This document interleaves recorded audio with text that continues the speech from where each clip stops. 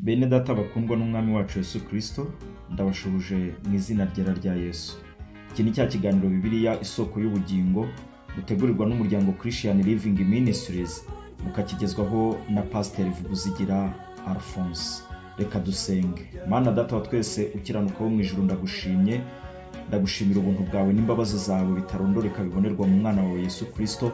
Ndagushimira ko kubwe waduhaye gucungurwa kugira ngo tubabarirwe ibyaha kandi duheshwe kuba abana bawe, bityo turaga ubugingo buhoraho. Ndagushimira imbabazi zawe n'urukundo rwawe. Iyo mpamvu usaba kugira ngo igihe twumva ijambo ryawe uduhe kumva no kumvira, mu izina rya Yesu, amen.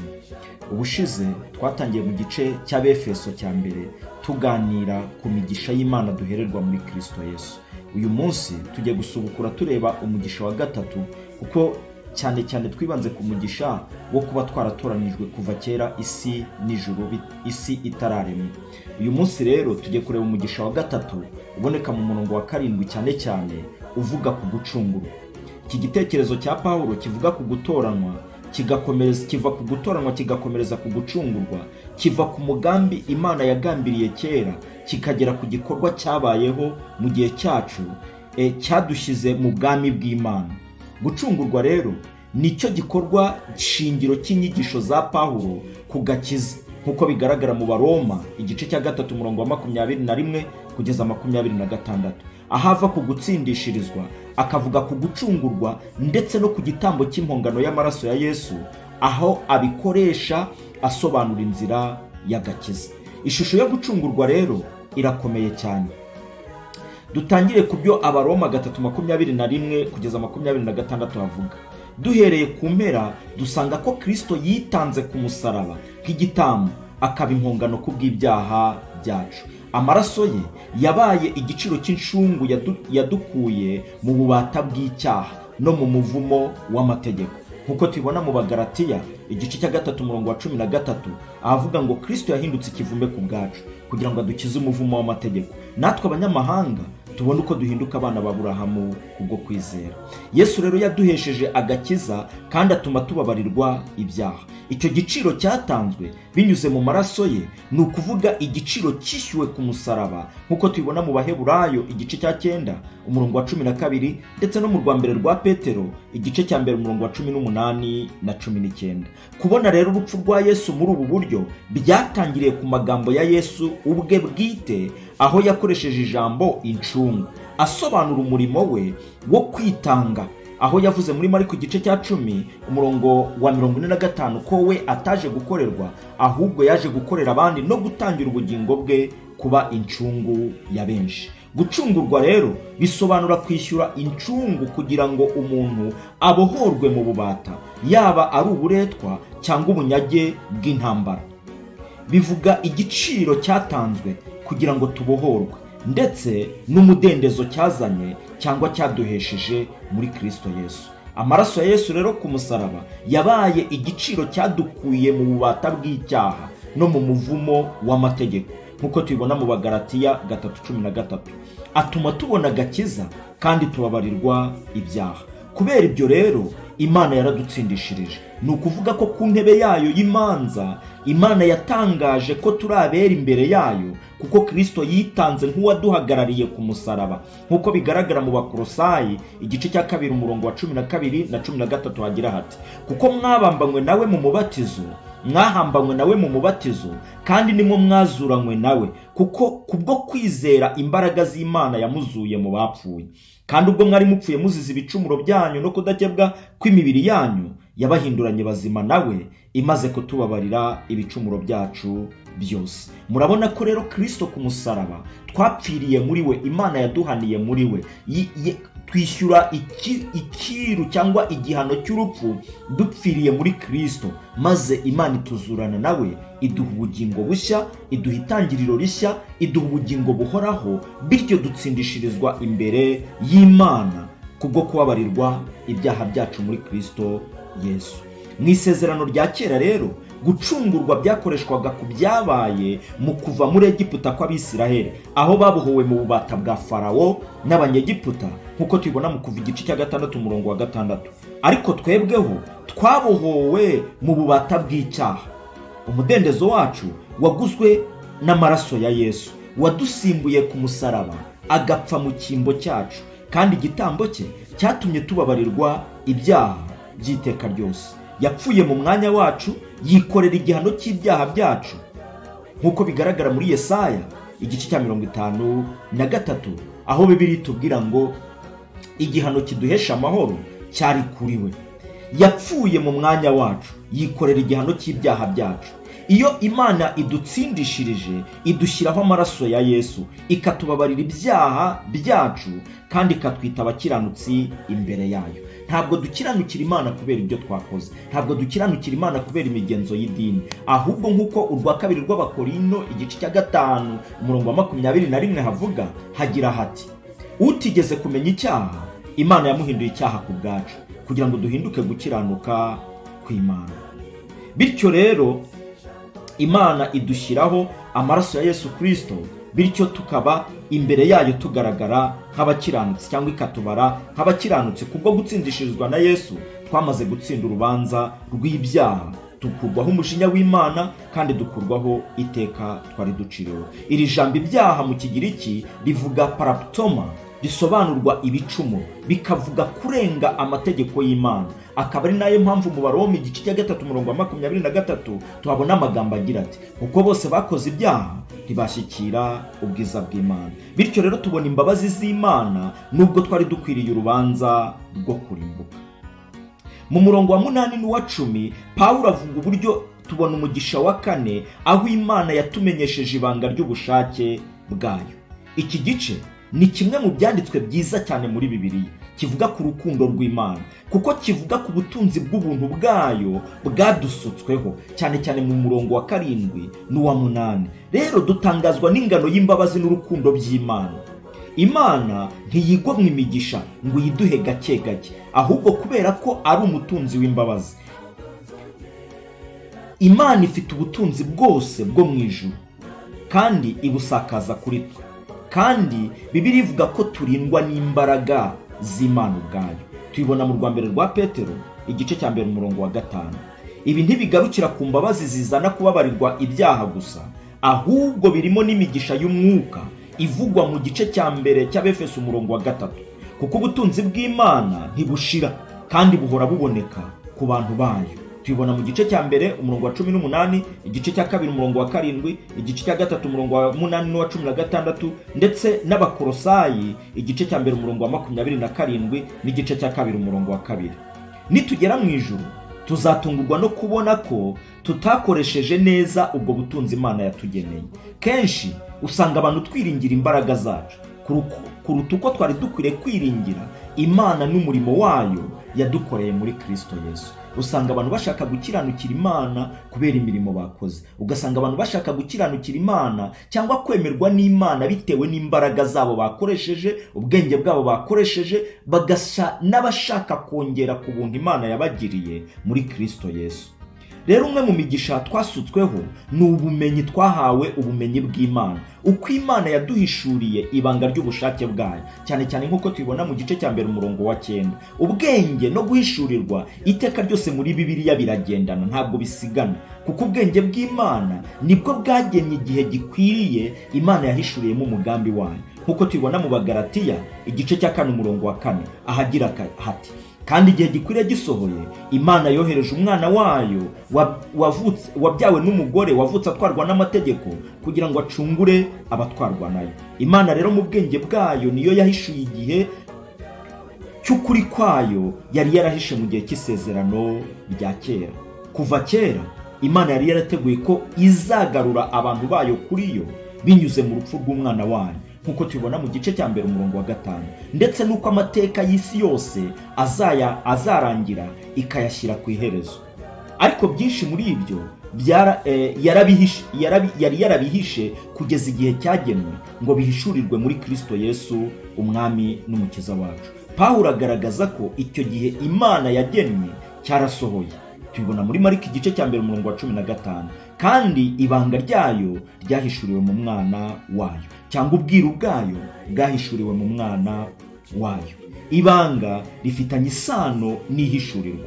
risobanura uburyo Imana ihishura ukuri kwari kwarahishwe ndetse n'ibigukubiyemo byose. Umugambi w'Imana n'ukuri kwayo Imana yabihishuriye muri Kristo Yesu. Cyane cyane niyo dusomye igitabo cy'ibyahishuwe tukabona igice cya 5 kitubwira iby'igitabo cy'umuzingo gifunze imbere n'inyuma gifatanishijwe ibimenyetso, bigaragaza umugambi w'Imana yari ifitiye isi uhereye kera kose, kandi uwo mugambi uruzuye kuko igitabo cyanditse imbere n'inyuma. Uwo mugambi uruzuye ntushobora kongerwaho cyangwa kugabanywaho. Kuba gifunzwe n'ibimenyetso kandi akaba ari ntawashobora kugifungura keretse umwana w'intama w'Imana, ibi bisobanuye ko umugambi wose w'Imana n'amateka y'isi yose ni Kristo Yesu wari kubishyira mu bikorwa wenyine, kuko niwe wenyine washoboraga gushyira mu bikorwa umugambi wose w'Imana.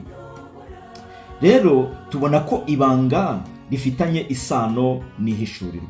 Ibi byose bituruka mu bushake bw'Imana n'umugambi wayo wo gucungura abanyabyaha uhereye kuva Adamu na Eva bacumura, aho tubona mu gice cya 3 cy'Itangiriro umurongo wa 15 Imana isezeranya ko izatanga umukiza, hanyuma bari mu isi bakabona imbabazi z'ibyaha.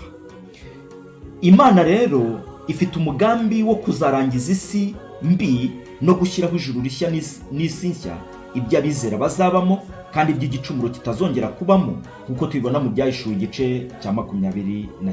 Ibi kandi bihumuriza umutima mu kumenya ko ubushake bw'Imana ari bwo buyobora amateka yose y'isi. Nubwo tubona ibibi bigwira mu isi, tukabona imibabaro myinshi mu isi, ariko tumenye ko nubwo bizanwa n'ibyaha abantu bakora, ariko Imana niyo ifite amateka y'isi yose mu biganza byayo. Ibi rero uhereye kera kose umugambi w'Imana wo kurokora inyoko muntu nibyo twita amateka y'agakiza.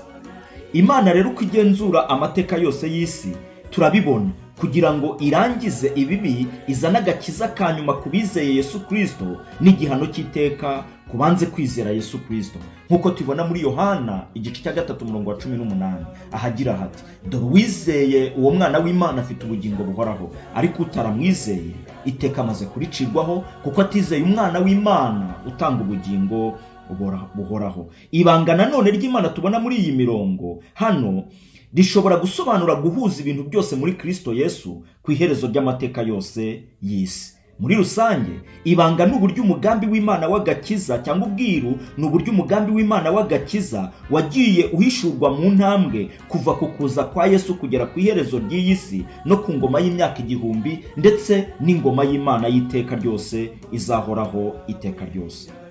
Ibi byose bikorwa hakurikijwe iby'Imana ishaka kandi yishimira, bigaragaza urukundo rwayo ku bacunguwe.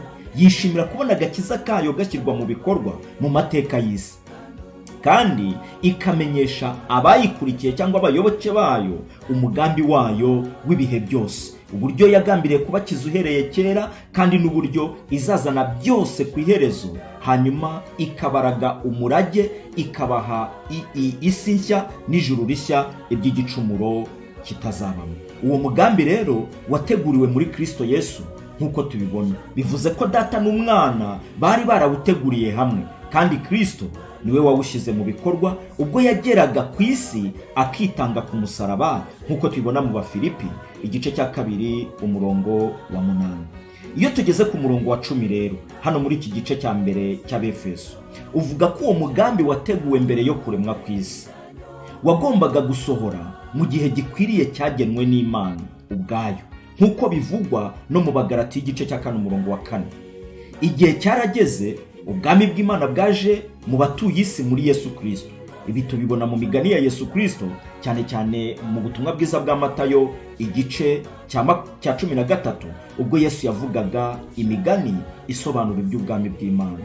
Ibi byatangije ibihe by'imperuka, aho imigambi y'Imana izasohora byuzuye kandi isi izagera ku iherezo ryayo. Twibuke amagambo ya Petero igihe yabwirizaga ku munsi wa Pentekote. Igihe yabwirizaga yaragize ati, ibi nibyo byavuzwe n'umuhanuzi Yoweli, yuko mu minsi ya nyuma y'imperuka abantu bazerekwa, bazarota n'ibindi. Agaragaza ko umugambi Imana yari yarateguye kera hari igihe Imana izashinga ubwami bwayo mu isi binyuze muri Mesiya wari waratoranijwe kugira ngo azasohoze uwo mugambi w'Imana. Tubona rero ko muri uyu murongo wa 10 intego nyamukuru y'Imana ni uguhuriza hamwe ibintu byose muri Kristo, ibyo mu ijuru no mu isi. Ibi bisobanura ko Imana izahuza ibyaremwe byose muri Kristo Yesu. Ibintu byose n'imbaraga zo mu ijuru bizamwubararira kandi bimuramye, kuko ari we nyir'ubutware n'ubushobozi bwose. Umugisha wa 5 tubona mu murongo wa 11 na 12, aho tumenyeshwa umugambi w'Imana. Hari impaka nyinshi ku busobanuzi bw'iyi mirongo.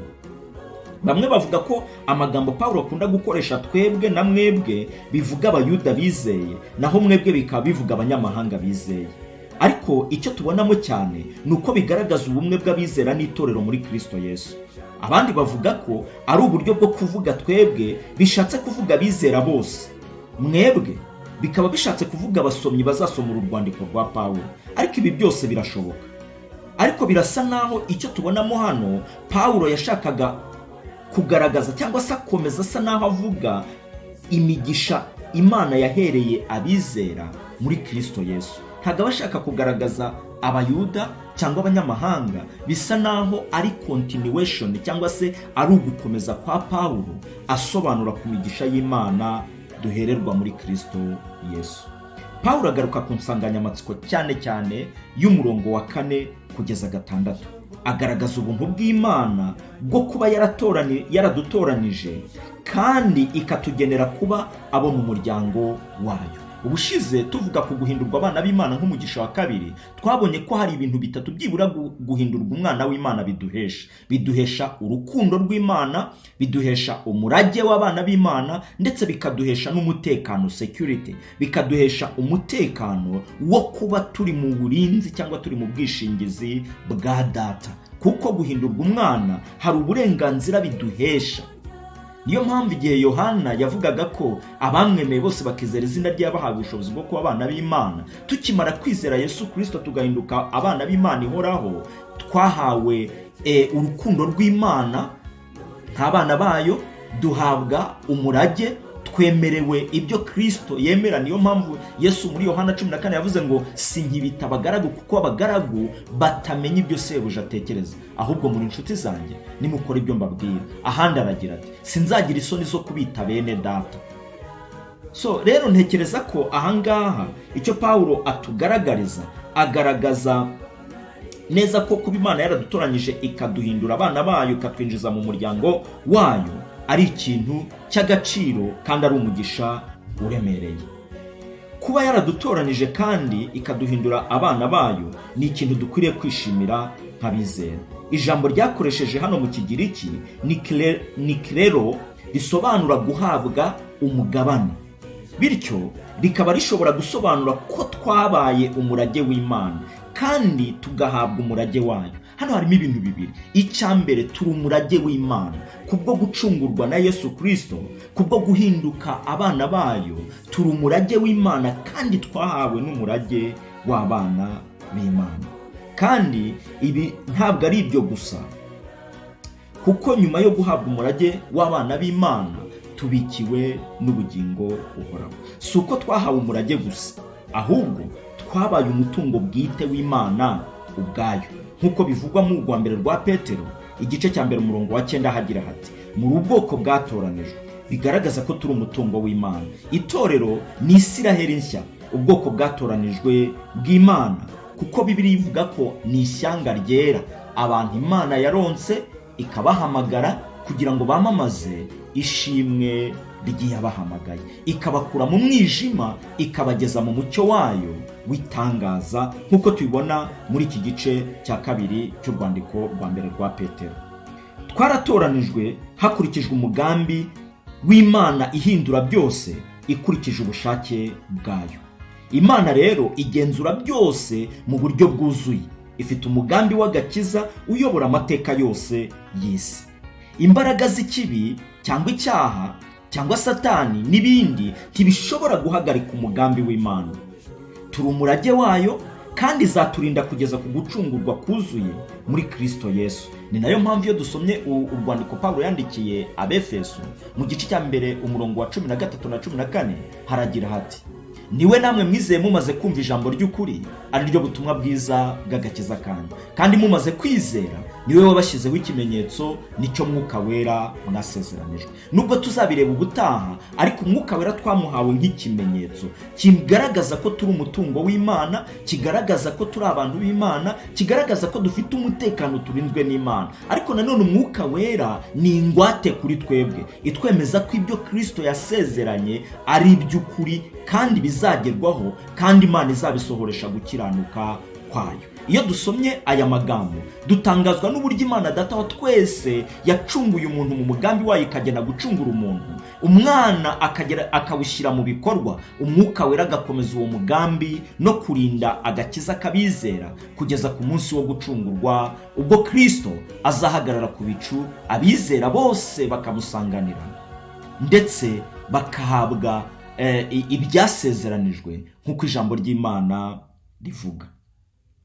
So Paulo rero hano yifuza ko abasomyi b'urwandiko rwe rwose bamenya amahirwe akomeye bafite yo kwitabwaho n'Imana nyir'ibiremwa byose.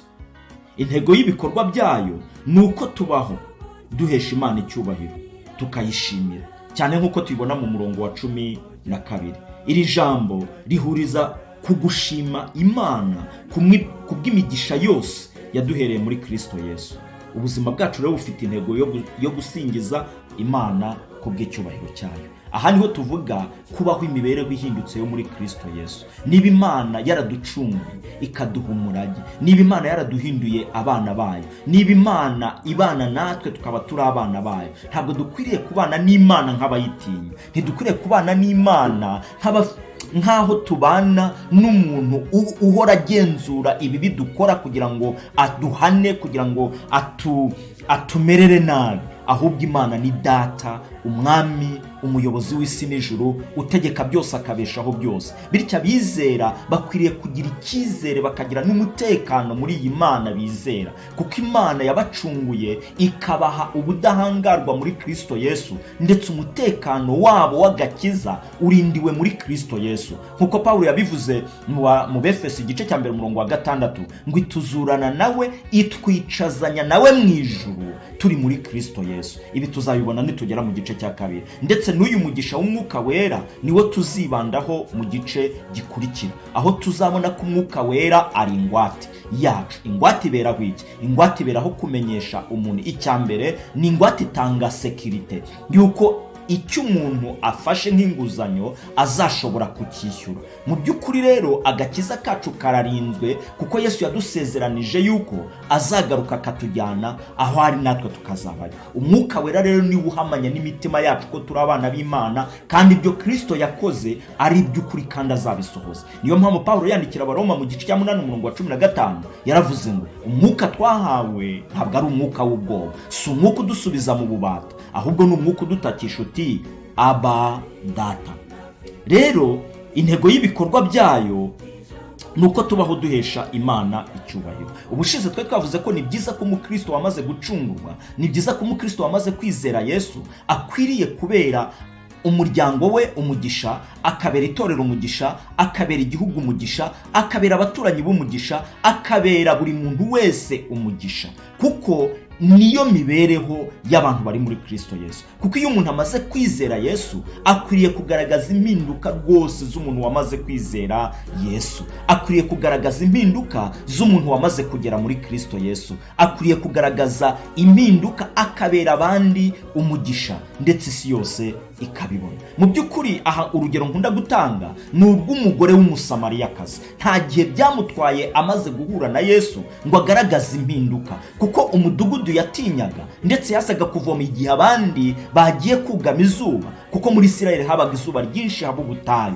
Ariko uwo mugore we yazaga igihe abandi bagiye kuruhuka. bitewe n'ibyaha bye, bitewe na reputation cyangwa se bitewe na status ye muri societe, uko yarahagaze muri societe, byatumaga aza kuvoma mu gihe abandi baruhutse. Nyamara tubona ko Yesu amaze guhura nawe yahinduye ubuzima bwe, akuraho ibyo yatekerezaga ndetse ahindura ubuzima bwe, anabuhindura muri societe. Ako kanya umugore akimara guhura na Yesu yahise asubira muri ya societe yatinyaga, ababwira ko yahuye na Mesiya, ababwira ko yahuye na Kristo, amubwira ko Kristo, ababwira ko Kristo yamubwiye ibyo yakoze byose. Hanyuma atangira kubatumira ati nimuze murebe niba ari we Mesiya. Mu by'ukuri uyu mugore nyuma yo guhura na Yesu bidatinze rwose mu gihe gito yahise atangira kubera abandi umugisha. Umuntu wamaze kwizera Yesu Kristo rero ni umuntu uhesha abandi umugisha, ni umuntu ubera igihugu umugisha, ni umuntu ubera itorero umugisha, ni umuntu ubera umuryango umugisha. Ariko uyu munsi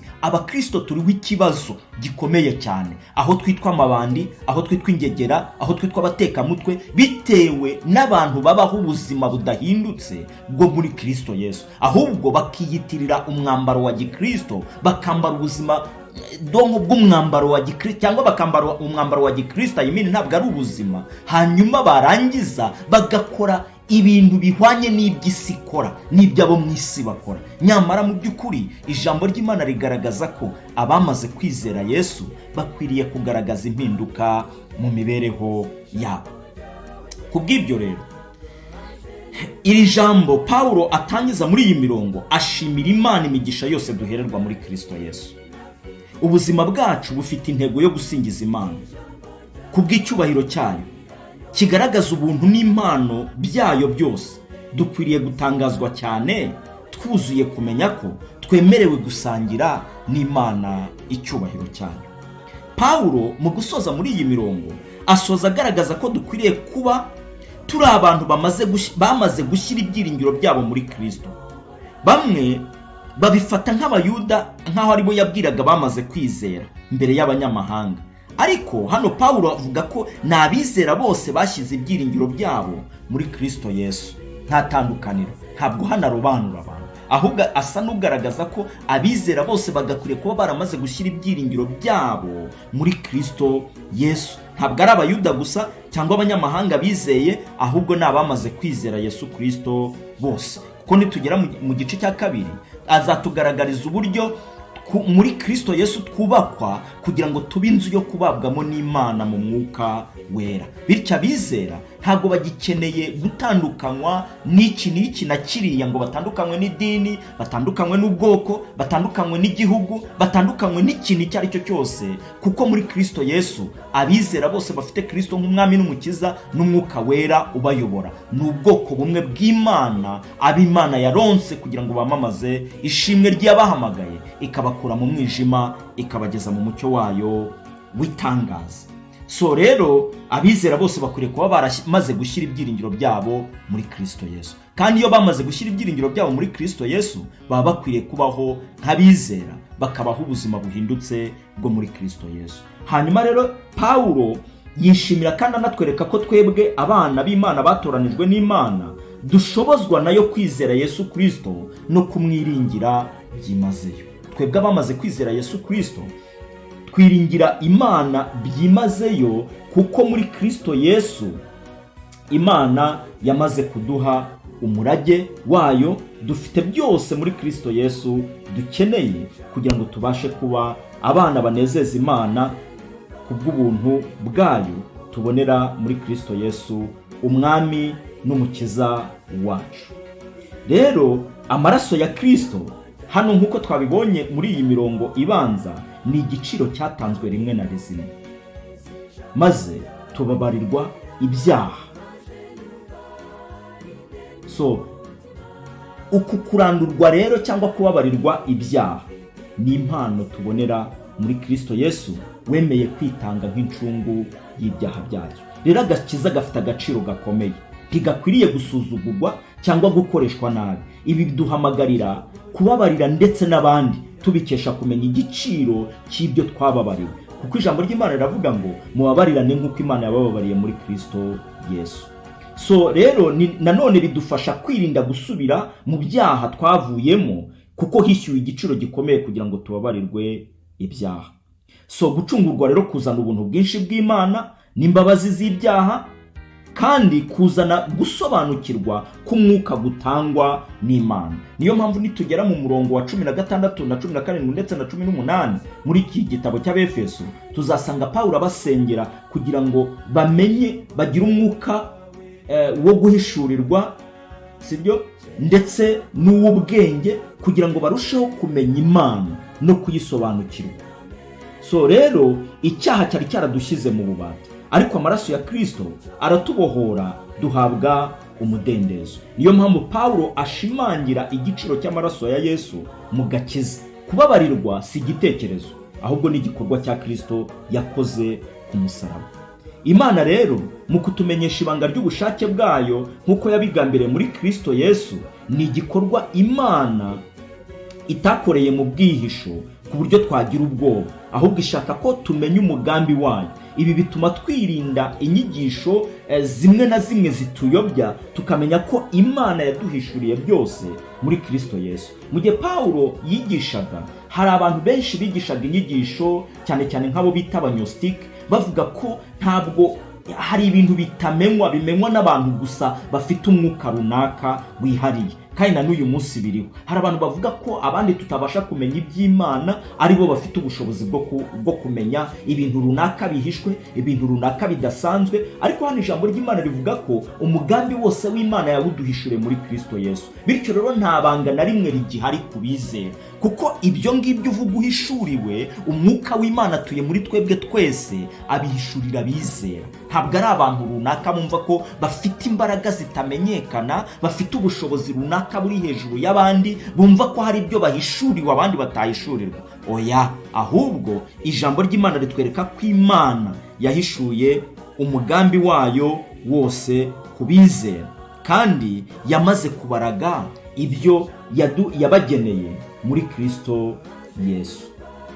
Rero umukristo ntabwo ari umuntu usanzwe gusa, ahubwo ni umuragwa w'ubwami bw'Imana. Nimutekereze uburyo abantu barwanira imirage y'isi, bakabipfa, bakicana, ariko Pawulo atwereka uburyo Imana yaduhereye ubuntu muri Kristo Yesu, umurage wo mu bwami bwo mu ijuru, kandi uwo murage twarawuhawe rwose. Ibi bikwiriye guhumuriza umutima w'umukristo, ibi bikwiriye gutuma abantu bagira ibyiringiro, bagakomera no mu gihe cy'akaga, bagakomera no mu gihe cy'amakuba. Ntibashakire ibintu aho bidashakirwa, ntibashakire imigisha aho idashakirwa, ahubwo bakagerageza gushakira imigisha y'Imana mu kuba bagira, bakanatunga, bakanakira, bakizera Yesu Kristo nk'umwami n'umukiza w'ubugingo bwabo, we soko y'imigisha yose Imana itanga, atari imigisha ifatika gusa, ahubwo imigisha y'umwuka.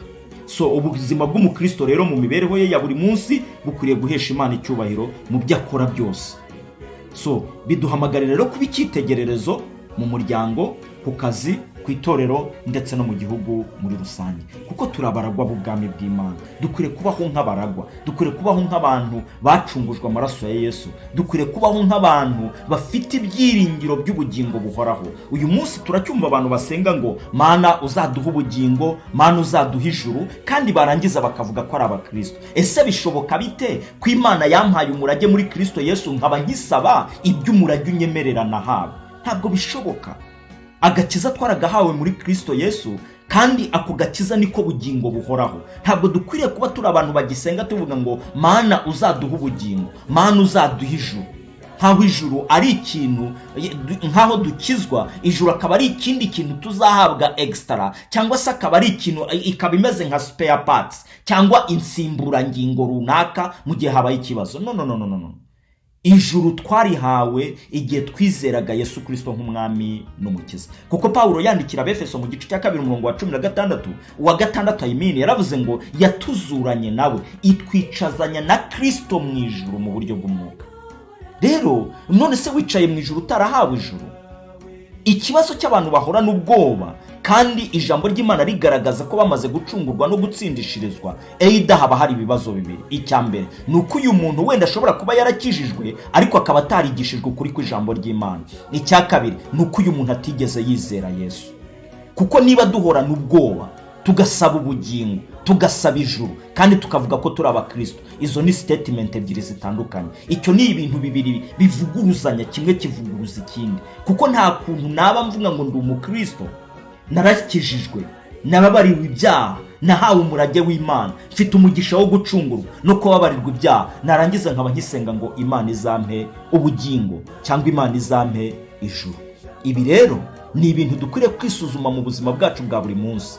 Mu by'ukuri bene ubwo bwoba hari igihe biba buturuka ku kutizera, kuko abantu batinya kurimbuka. Rimwe na rimwe abantu bakaza no kuri Yesu kubera ko batinya kurimbuka, ariko ntibaze kuri Yesu nk'abamaze gusobanukirwa ko bariho umujinya w'Imana kandi baciriweho iteka ryo kurimbuka kubera icyaha twese dukomora kuri Adamu, kubera ko abari mu isi bose bavuka ari abanyabyaha nk'uko ijambo ry'Imana rivuga. Ariko mu by'ukuri Imana yatanze igisubizo cy'ibyo byaha, ndetse Imana yatanze igisubizo cy'iyo nkomoko yacu yo kuri Adamu, kuko Bibiliya itubwira ngo mu Baroma igice cya 5:12 ngo nk'uko icyaha cyazanywe mu isi n'umuntu umwe, urupfu rukagera ku bantu bose kuko bose bakoze ibyaha, niko na Adamu wa kabiri atanga ubugingo buhoraho, ari we Kristo Yesu. Rero ntabwo dukwiriye kubaho mu bwoba, kandi ibyo bikwiriye gutuma tubaho imibereho ya gikristo ihindutse yo muri Kristo Yesu, kuko twamaze gucungurwa tukaba tutakiri mu bubata bw'ibyaha. Niba rero umukristo avuga ko yacunguwe, bikaba bigaragara ko ari mu bubata bw'ibyaha, imibereho ye nta mpinduka zigeze zibaho, ndagira ngo bene data bakundwa bahamagarire, cyangwa se nk'uko ijambo ry'Imana rivuga mu maganya ya Yeremiya igice cya 3:40, ugenzura inzira zawe uzitekerezeho, uhindukirira Uwiteka nawe arakugirira ibambe. Reka dusubikira aha ngaha, tuzagaruka tureba undi mugisha usigaye ari wo guhabwa umwuka wera mu murongo wa 13 na 14.